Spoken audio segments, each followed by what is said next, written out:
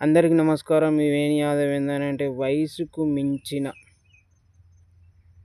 బాధలు, ఇబ్బందులు, కష్టాలు, కన్నీళ్ళు ఎన్ని ఉన్నా కానీ దిగమింగుకొని భుజాలపై బాధ్యతలు, బరువులు ఎత్తుకొని ఫ్యామిలీని, సంసారాన్ని, జీవితాన్ని నిలబెట్టుకొని బ్రతికే ఒకే ఒక వ్యక్తి ఒక మధ్యతరగతి వ్యక్తి మాత్రమే.